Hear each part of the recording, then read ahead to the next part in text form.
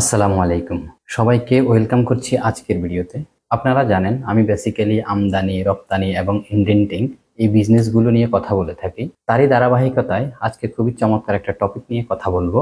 আমাদের আজকের টপিক হলো আমদানি বাণিজ্যে প্রোডাক্ট কস্টিং করবেন যেভাবে। তো দেখুন, আমদানি এবং রপ্তানি এই ব্যবসা দুটো খুবই সিমিলারিটিস হলেও এই ব্যবসা দুটোতে যখন আপনি প্রোডাক্ট কস্টিং করবেন সেখানে কিন্তু ভিন্নতা আছে। কেননা আপনার আমদানির জন্য যে কাজগুলো করতে হয় রপ্তানির জন্য অবশ্যই সেই কাজগুলো করতে হয় না। সো আমদানির প্রক্রিয়াটা আমাদের একরকম এবং রপ্তানির প্রক্রিয়াটা আরেক রকম। কারণ একটা প্রোডাক্ট আমদানির ক্ষেত্রে আমাদের যেসব খাতে খরচ হয়, বাট রপ্তানির ক্ষেত্রে কিন্তু সেই সব খাতে খরচ হয় না। আবার সেম একটা প্রোডাক্ট রপ্তানি করার জন্য আপনাকে যেসব খাতে খরচ করতে হবে, বাট আমদানি করার জন্য আপনাকে সেসব খাতে খরচ করতে হবে না। তাই আজকের ভিডিওতে আমরা বেসিক্যালি আলোচনা করব একটা প্রোডাক্ট আমদানি করার জন্য আপনি ঠিক কিভাবে কস্টিংটা করতে পারেন। তো চলুন আমরা মূল আলোচনা শুরু করি।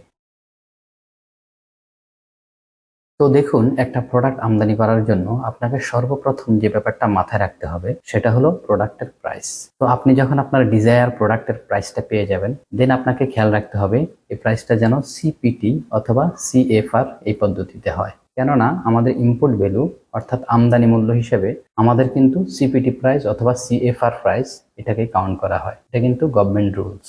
যদিও এলসি করার জন্য পিআইতে আপনাকে এফওবি প্রাইস এবং ফ্রেট কস্টটা আলাদা করে নিতে হবে, বাট আপনি যখন প্রোডাক্ট কস্টিং করবেন সেক্ষেত্রে আপনাকে সিপিটি অথবা সিএফআর এই ভ্যালুটা ধরেই কাজ করতে হবে। তো নর্মালি আপনি যখন প্রোডাক্ট প্রাইসটা ইউএসডিতে পাবেন সেক্ষেত্রে আপনি যেই সময় এলসিটা করবেন ওই সময় ইউএসডির বিপরীতে বিডিটি রেট কত চলে ওটাকে ক্যালকুলেশন করে আপনাকে বিডিটিতে কনভার্ট করতে হবে। তো প্রোডাক্ট প্রাইসের পরে আমাদেরকে যেটা নিয়ে কাজ করতে হবে সেটা হলো ইন্স্যুরেন্স কস্ট।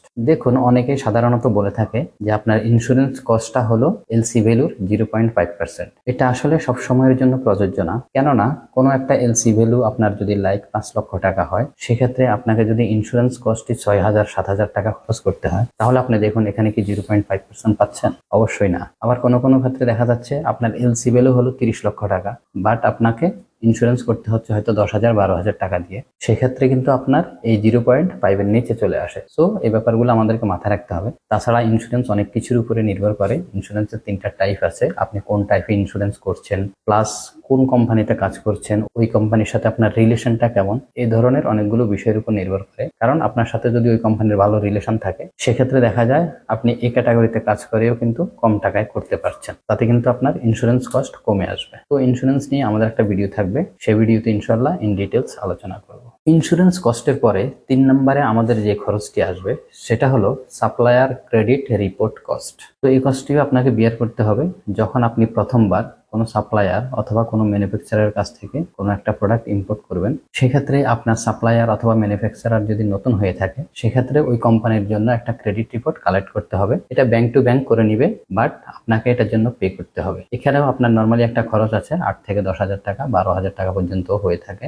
সো আপনার এই খরচটাও মাথায় রাখতে হবে। ক্রেডিট রিপোর্ট কস্টের পরে আমাদের যে কস্টটি আছে সেটা হলো এলসি কস্ট। দেখুন, আপনি যেহেতু একটা ব্যাংক থেকে এলসি করছেন তার মানে ব্যাংক আপনাকে একটা সার্ভিস দিচ্ছে, আর এই সার্ভিসটা তো সে এমনি এমনি দিবে না। এটার জন্য তার একটা কস্ট আছে, অর্থাৎ ব্যাংকের এলসি বাবদ একটা খরচ আছে। এই খরচটাও আপনাকে মাথায় রাখতে হবে। তো এই খরচের ব্যাপারেও অনেকে বলে থাকেন যে এটা এলসি ভ্যালুর 0.5% পর্যন্ত হয়ে থাকে, বাট এই কথাটিও সব সময়ের জন্য সঠিক না। কেননা আপনার এলসি ভ্যালু যদি বেড়ে যায় সেক্ষেত্রে আপনার এভারেজ কস্ট কমে আসবে, বাট এলসি ভ্যালু যদি কম হয় সেক্ষেত্রে দেখা যায় আপনার এভারেজ কস্ট বেড়ে যাবে। সো এটাকে ফিক্সড আসলে ধরা যায় না। তারপর আপনি নর্মালি 8 থেকে 10,000, 12,000 এরকম একটা রেঞ্জ ধরতে পারেন। তো এই এলসি খরচটা around or more or less $100 হয়ে থাকে। সো আপনাকে সেভাবেই কস্টিংটা করতে হবে। তো এতক্ষণ আমরা যে খরচগুলোর কথা বললাম, অ্যাজ এ ইম্পোর্টার আপনাকে এলসি করার পূর্বেই কিন্তু এই খরচগুলো করতে হবে। এখন আমরা কথা বলবো এলসি করার পরবর্তীতে আপনার যে খরচগুলো করতে হবে সেসব নিয়ে। এলসি করার পর ফার্স্ট অফ অল আপনার যে খরচটা আসবে সেটা হলো শিপিং ডকুমেন্টস যখন চলে আসবে তখন আপনাকে ক্যালকুলেট করতে হবে এইচএস কোড অনুযায়ী আপনাকে গভর্নমেন্ট ডিউটি কত পে করতে হবে। তো গভর্নমেন্ট ডিউটির পরে আপনার যে খরচটি আছে সেটা হলো C&F কস্ট। তো এই C&F কস্টের ব্যাপারেও কিন্তু অনেকে বলে থাকে যে C&F কস্টটা হলো এলসি ভ্যালুর 2 to 3%, বাট এটাও সবসময়ের জন্য প্রযোজ্য না। কিছু কিছু ক্ষেত্রে দেখা যায় আপনার এর থেকে বেশিও হতে পারে, আবার কিছু কিছু ক্ষেত্রে এর থেকে কমও আসতে পারে।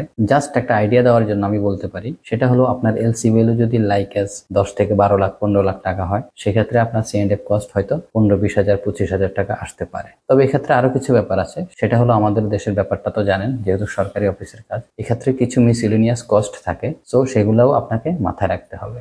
C&F কস্টের পরে এখন আমাদের যে খরচটা আসবে সেটা হলো লজিস্টিক কস্ট। এই লজিস্টিক কস্টটা সাধারণত আপনার প্রোডাক্ট যদি সিপিটি বাই এয়ার ঢাকাতে হয়, সেক্ষেত্রে ঢাকা এয়ারপোর্ট থেকে আপনার ওয়্যার হাউস অথবা গোডাউন পর্যন্ত পৌঁছানো যে খরচটা আছে এটা আপনাকে যোগ করতে হবে। অথবা আপনার প্রোডাক্ট যদি বাই সিতে আসে, সেটা চিটাগং হতে পারে অথবা মংলা হতে পারে, সেক্ষেত্রে আপনাকে হিসেব করে বের করতে হবে যে আপনার কতগুলো ট্রাক লাগবে অথবা ট্রাকের খরচটা কেমন, এসব আপনাকে যোগ করে নিতে হবে। এটা অন দ্যাট টাইম আপনাকে হিসাব করতে হবে। তো আশা করি বুঝতে পেরেছেন এই লজিস্টিক কস্টটা কেমন বা কত হতে পারে। এখন বলবো একটা প্রোডাক্ট আমদানি করার জন্য আপনাকে সর্বশেষ যে খরচটি বহন করতে হবে সেই কস্টে নিয়ে, সেটা হলো লেবার কস্ট। কারণ আপনার প্রোডাক্টটা যখন কন্টেনার হোক অথবা ট্রাকে করে হোক আপনার ওয়্যার হাউসে অথবা গুদাম ঘরে চলে আসবে, তখন কিন্তু আপনাকে এই প্রোডাক্টটা আনলোড করতে হবে। আর এই আনলোড করার জন্য যে লেবার কস্টটা আছে, এই লেবার কস্টটা আপনাকে এই কস্টের সাথে যোগ করতে হবে। একটা প্রোডাক্ট ইম্পোর্ট করার জন্য গুদামঘর বা ওয়্যার হাউসে যখন আপনি প্রোডাক্টটা আনলোড করবেন, এই আনলোড করার জন্য লেবারের যে কস্টটা সর্বশেষ, এই কস্টিংটা দিয়েই কিন্তু আমদানির ব্যাপারে আপনার প্রোডাক্ট কস্ট তৈরি হবে। এই হলো মোটামুটি একটা প্রোডাক্ট ইম্পোর্ট করার জন্য আপনার যেই খাতে খরচ হতে পারে এই খরচগুলোর কথা বললাম।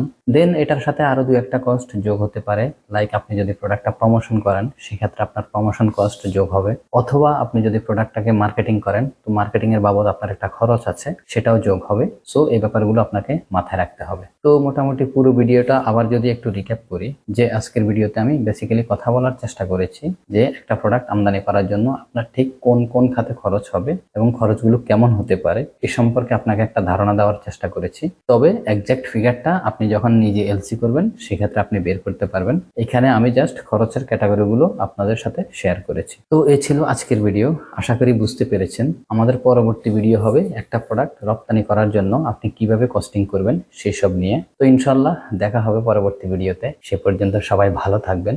আল্লাহ হাফেজ।